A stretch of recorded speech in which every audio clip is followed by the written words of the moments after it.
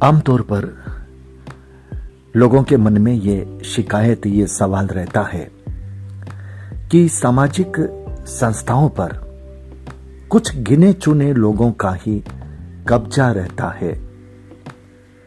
कहने को वो सामाजिक संस्था होती है, लेकिन समाज के आम आदमी की भागीदारी उसमें वे लोग होने ही नहीं देते और सामाजिक संस्था को बिल्कुल राउंड टेबल की तरह अपने ही कुछ लोगों के इर्द गिर्द अपना ही गठबंधन, अपनी ही सरकार बना करके चलाते हैं।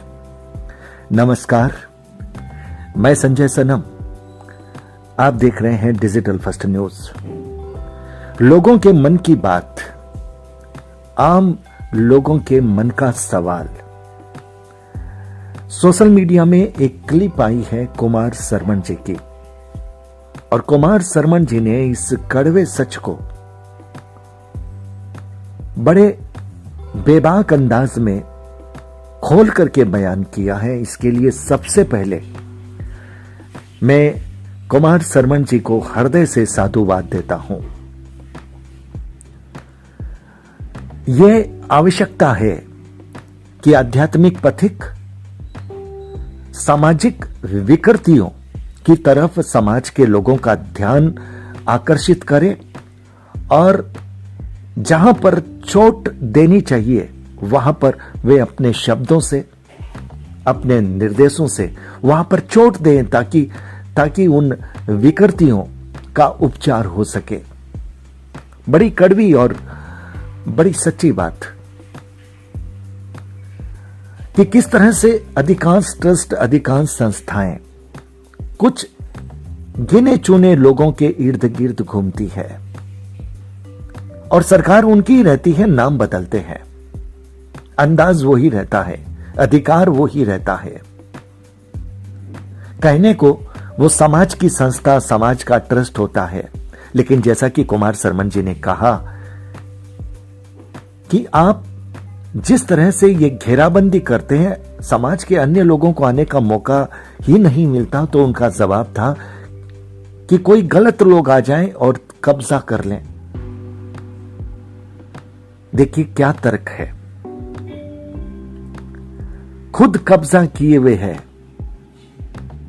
और अपना कब्जा हटाना नहीं चाहते, इसलिए दूसरे लोगों को आने देना नहीं चाहते। देर से ही सही कुमार सरमन जी ने इस सच को कहा, लेकिन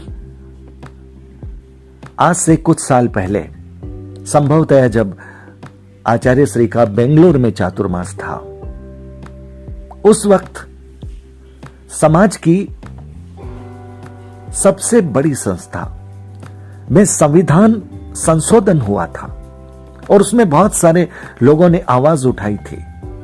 चूरू के जाने पहचाने श्रावक जो अब इस दुनिया में नहीं है, उनको बहुत तकलीफ हुई थी और वो अदालत के दरवाजे तक चुनौती देने के लिए गए थे। लोगों का कहना था कि उस संविधान संशोधन में भी मसौदा वही है कि समाज के आम आदमी की भागीदारी नहीं हो सकती, और भागीदारी हो सकती है तो सिर्फ उसी की हो सकती है जो यस में यस कहें, जो उनकी हां में हां कहें, ना में ना कहें। इस तरह की सरकारें, इस तरह का गठबंधन राजनीति में तो चलता है, लेकिन सामाजिक संस्थाएं जब ऐसा गठबंधन चलाती है तो फिर उस समाज का विकास और उस समाज की संस्था या ट्रस्ट वो फिर भला कैसे हो सकती है। वो तो कुछ लोगों का होती है, नाम समाज का होता है, एकाधिकार कुछ लोगों का होता है। कुमार सरमन जी ने इस सच को कहा है,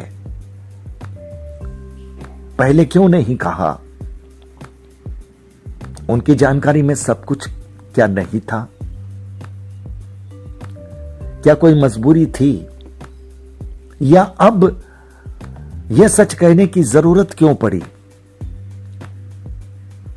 कुमार सरमन जी बड़े अच्छे वक्ता हैं।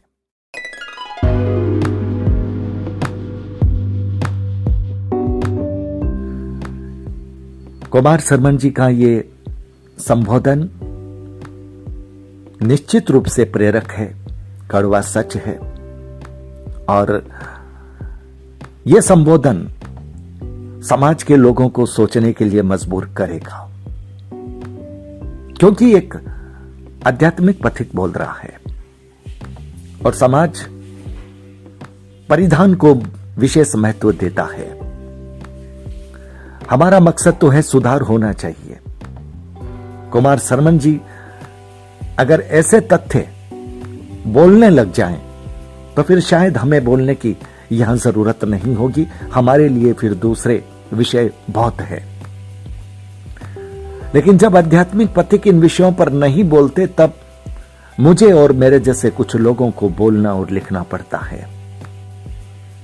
कुमार शर्मन जी देर से ही सही लेकिन बोले, और मैं ये निवेदन करता हूं कि यह सच बोलना वो जारी रखें, क्योंकि हमारे यहां कहा जाता है कि सुबह का भूला हुआ शाम को घर लौटा है तो उसे भूला हुआ नहीं कहते। उनसे अपेक्षा थी कि वो इस तरह का अंदाज कुछ साल पहले से ही अगर रखे होते तो शायद कुछ सवाल, कुछ समस्याएं जो समाज के लोगों को एक पहेली की तरह सामने आ रही है और लोग सुलझा नहीं पा रहे हैं, ऐसा नहीं होता। फिर भी हृदय से साधुवाद, बहुत बहुत आभार, नमस्कार।